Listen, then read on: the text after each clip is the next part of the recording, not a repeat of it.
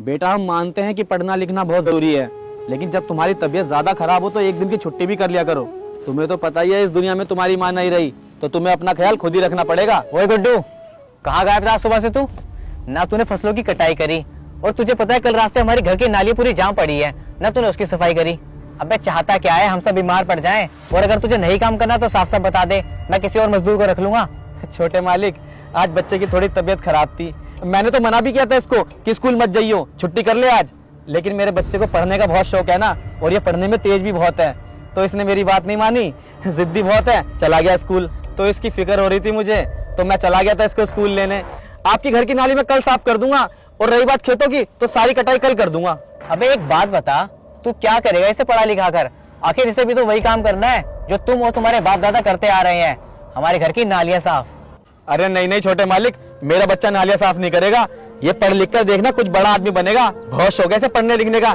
जा बच्चे अपना बस्ता अंदर रख दे, और मैंने खाना बना दिया, खाना खा ले। अरे रुक, अबे इसे भी सुनने दे, आखिर इसे भी तो पता चलना चाहिए कि तुम्हारे बाप दादा पिछले 40 साल से हमारे घर की नालियां साफ करते आ रहे हैं, और इसे भी वही करना है। तो बेटा पढ़ाई लिखाई का कोई फायदा नहीं है। अबे तुम दोनों क्या खड़े हो गए हैं, तमाशा देख रहे हो? जब काम करो खेतों में, और तू भी कल टाइम से काम पे आ जाइयो। चल बेटा खाना वाना खा ले।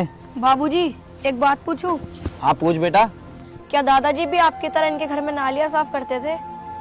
हाँ बेटा करते थे, ये तो हमारा काम है ना बेटा, और काम कोई छोटा बड़ा थोड़ी होता है। चल तू हाथ धो ले, मैं खाना वाना उतार देता हूँ। बाबूजी फिर तो वो छोटे मालिक सही कह रहे थे, मेरा तो स्कूल जाने का फायदा ही नहीं है। फायदा नहीं? ऐसा क्यों बेटा? क्योंकि बाबूजी जब दादाजी ने नालियां साफ करी और आप भी नालियां साफ कर रहे हो, तो मुझे भी तो नालियां ही साफ करनी पड़ेंगी ना। देखो बेटा, कभी ना कभी तो तुम्हारे मन में ये सवाल आना ही था। चलो आओ बैठो, तुम्हें कुछ समझाता हूँ, आ जाओ। बेटा आपने अपनी किताबों में डॉक्टर भीमराव अंबेडकर जी के बारे में तो पढ़ा ही होगा। जी बाबूजी पढ़ा है। पता है वो क्या कहते हैं? वो कहते हैं कि शिक्षा उस शेरनी का दूध है, जो इसे पिएगा वो दहाड़ेगा। और शिक्षा का असली मतलब क्या होता है? पढ़ाई लिखाई, जो तुम बहुत अच्छे से कर रहे हो बेटा। देखना अगर तुम ऐसे ही पढ़ाई लिखाई करते रहे ना, तो तुम आगे चल के वही काम करोगे जो तुम करना चाहते हो। और रही बात तुम्हारे दादाजी और मेरी, तो अगर हमें भी पढ़ने लिखने का मौका मिलता तो हमें भी बेटा ये काम नहीं करना पड़ता।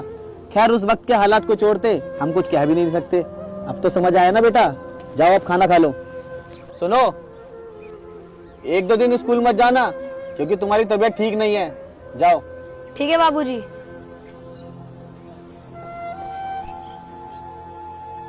बेटा मैं काम पे जा रहा हूँ, तुम अपना ख्याल रखना और दवाई खा लेना।